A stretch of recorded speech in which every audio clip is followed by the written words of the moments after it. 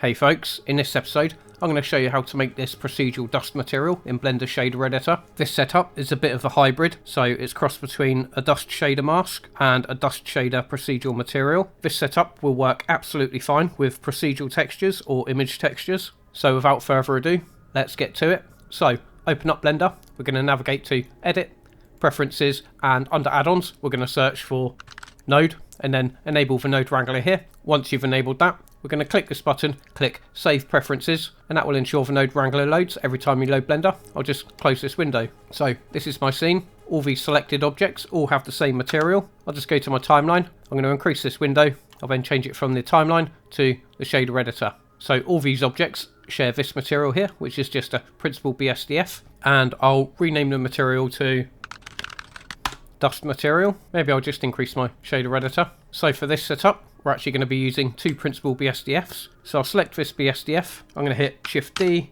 Y, just drag this up to around about there. And with this principal BSDF selected, I'm going to hit F to add a frame, and I'll rename the frame to Base Shader. I'll hit N to open up the N panel, and on this node tab here, I'm going to enable color, and I'm going to change the color of the frame to maybe something around there perhaps. I'll then hover the cursor over that color swatch. I'm going to hit Control C to copy. I'll navigate to my other principal BSDF. I'll select that principal BSDF. I'm going to hit F to add a frame, and I'm going to rename the frame to Dust Shader. I'll navigate to my N panel. I'll enable color. I'll hover my cursor over the color swatch. I'll then hit Control V and paste that color in there. I'll just hit N to hide the N panel. I'll then hit Shift A. I'm going to go to Shader, and I'll choose Mix Shader, and I'll pop that in between there. I'm going to connect the dust shader into the bottom socket of the mix shader, and I'll plug the base shader into the top socket of the mix shader. This base shader, this is your core material, so if you want to add image textures or anything like that, you add it to this one. So I'm just going to set this one to black. I'm going to increase the roughness to, let's say, 0.75 just for now. And with this dust shader, I'm just going to set the base colour to red. That will do for now. I'm going to change roughness to 100%. And the reason I'm setting the dust shader to red is just so we can see it in the viewport for now. We'll adjust the colours a bit later on. I'll hit Shift A. I'm going to go Input, and I'm going to choose Texture Coordinates. I'll hit Shift A. I'm going to go Converter, and I'll choose Separate XYZ. Shift A, Converter, and I'll choose Colour Ramp. I'm going to set the colour ramp interpolation type from linear to B-spline. I'll select the black flag, and I'll change the position to 0.5. I'll then select the white flag, and I'll change the position to 0.75. I'm going to connect the normal socket from the texture coordinate into the vector of the separate XYZ. I'll then connect the Z socket from the separate XYZ into the factor of the colour ramp. I'll then connect the colour socket from the colour ramp into the mix factor of the mix shader. I'll just box select these. I'm going to hit G, just bring these over to here. And now, as you can see in our scene, all the faces on the Z-axis are red. And now, with this colour ramp, we can change the fall off of the mask. I found that the black flag with a position of 0.5 is absolutely fine, and then we can just use this white flag to fine tune it. From here, I'll hit Shift A, I'm going to go colour, and I'm going to choose mix colour. I'll pop that in between here. I'll then swap the colour ramp from socket A to the mix factor. I'm going to set swatch A to black, and the bottom swatch to white. Of course, dust isn't just one solid colour, it's lots of little particles. So now we need to transition this mask into little particles. That's easy enough. I'll hit Shift A, I'm going to go Texture, and I'll choose Noise Texture. I'll pop that down here. I'm going to change it from 3D to 4D. I'll then take the object texture coordinates and plug it into the vector of the noise texture. I'll then hit Shift A, I'm going to go Converter, and I'll choose Color Ramp, and I'll pop that down here. I'll change the interpolation type from linear to constant.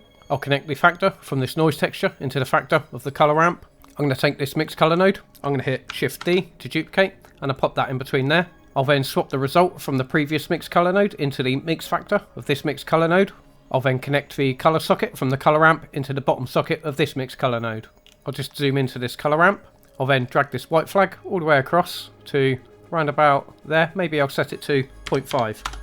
For the noise texture, I'm going to set the scale to 500, and maybe I'll set the distortion to 1. So you can see we're getting splotches here. Excellent. Essentially, this white flag here on this colour ramp is going to control the density of our dust particles. I'm just going to keep it at 0.5 for now. We can change this a bit later. Now the dust particles are a bit uniform, so I want to break them up with smudges and smears. So I'm going to box select these two nodes here. I hit G, Y, and I'm just going to bring this down to round about there. And with these two nodes selected, I'm going to hit Control Alt D, and that will duplicate the nodes whilst maintaining the connection to the previous nodes. I'll then hit Y, and I'll just bring them up to round about there. Maybe I'll just drag this noise texture up. I'll change the interpolation type on this color ramp to ease. And for this white flag, I'm going to change the position to, let's say, 0.6. And maybe I'll select this black flag and change the position to 0.1. I'll then change the scale on this noise texture to 5. I'm going to change the detail to 8. And maybe I'll set the roughness to 0.75. I think I'll decrease the distortion to 0.5. I'll select this mix color node. I'm going to hit G, just bring it over here, give us a bit more room. I'll then hit Shift D to duplicate, and I'll pop that in between here. Again, I'm going to unplug the result from that mix color node and plug it into the mix factor of this mix color node. I'll then connect the color socket from this color ramp into socket B of this mix color node. And now, if we adjust the flags on this color ramp, you can see that we're creating patches of dust. I'll just set this black flag on this color ramp to 0.2. I think it's time to add a bit of colour to these dust particles. So I'll just select this mixed colour node here. I'm going to hit G. Just going to bring this across over to here. I'll then box select all of these nodes. Just going to hit G and bring these across over to here, just to give us a bit of breathing space. I'll then select this colour ramp. I'm going to hold down Shift and select this noise texture. I'll then hit Control Shift D, and that will duplicate the nodes whilst maintaining a connection to the previous node. And I'll pop that up there. For this noise texture, I'm going to set the scale to 250. I'm going to set the detail to 2, and I'll set the roughness to 0.5. For this color ramp, I'm going to change the position of the black flag to, let's say, 0.4. And maybe for the white flag, I'll set the position to 0.55. I'll then hit Shift A. I'm going to go color, and I'll choose mix color, and I'll pop that here. I'll plug the color socket from the color ramp into the mix factor of the mix color node. For socket A, I'm going to change this to a blue colour, maybe something around there. In fact, maybe I'll take the saturation down. And for this bottom colour swatch, I'm going to set the colour to maybe like a light yellow. I'll bring the saturation down, maybe something around there perhaps. I'll then select this mix colour node. I'm going to hit Shift D to duplicate, and I'll pop it down here. I'll connect the result from this mix colour node into the factor of this mix colour node. I'll then plug the result from this mix color node into the bottom socket of this mix color node. I'll then connect the result from this mix color node into the base color of the principal BSDF. Okay, I think the blue and yellow are cancelling each other out, so it's kind of looking like white from a distance, but up close you can see the blue and yellow. So maybe I'm going to swap this blue color for a yellow color with a tiny bit more saturation, maybe something around there perhaps. Next up, I think we need to add a bit of bump to these dust particles. So I'll hit Shift A, I'm going to go Vector, and we'll choose Bump, and I'll pop that down here. I'll then connect the result from this mix color node into the height of the bump node. I'll then connect the normal socket from the bump node into the normal socket of the dust shader. So we should have a little bit of bump here. Maybe I can increase the distance on the bump shader to 0.002. I'm just going to go into rendered view quick. Before I tweak the settings and organize these nodes, it's a good idea to save your project. So I'm going to go to File, Save As, and I'm going to save my project as like and subscribe. Thanks folks, you absolute legends. And then click Save As. So I think the first thing to do here is arrange these color ramps. So I'm going to select all of these nodes here. I'm going to hit G, X, just bring them across over to there. I'll then box select all of these color ramps. I'm going to hit SX0, enter, and that will align all the color ramps. And with this top color ramp selected, I'm going to hit F to add a frame. I'll then rename the frame to Dust Color. I'll hit G, Y, just bring this up to give us a bit of room. I'll select this color ramp. I'll hit G, Y, just bring this up to around about there. I'll then hit F, and I'll rename the frame to Dust Gradient. I'll then select this color ramp. I'm going to hit G, Y, just bring this down slightly. I'll then hit F to add a frame, and I'll rename the frame to Dust Patches. I'll then select this color ramp. G, Y, bring it down, a bit of breathing space. I'll hit F to add a frame, and I'll rename this to Dust Amount. I'll then hit N to open up the N panel. I'm going to select this frame here. I'll hover my cursor over that color swatch. Control C to copy that color. I'll then select this frame. I'm going to enable color. I'll then hover my cursor over the color swatch and hit Control V. And I'll do the same for this frame. Do the same for this frame. And do the same for this frame. So now we can easily identify all the controllers. I'm going to box select all of these nodes here. I'll just hit SX0. I'll then hit G, X, just drag them across over to here. Maybe we'll align everything to this separate XYZ. So I'll just grab this node. I'm going to hit G, Y, bring this down. And I'll just rearrange these noise textures. I'll then hold down Shift, right click and drag through these noodles here. I'm going to hold down Shift, right click and drag through this one. I'll then hit G, just bring this down to here. I'll do the same for this one. Hold down Shift, right click and drag, hit G and just bring this up to here. I'll then hold down Shift, right click and drag through here, and I'll connect this up to this vector here. So now I'm going to select all of these control points here. I'm going to hit SX0.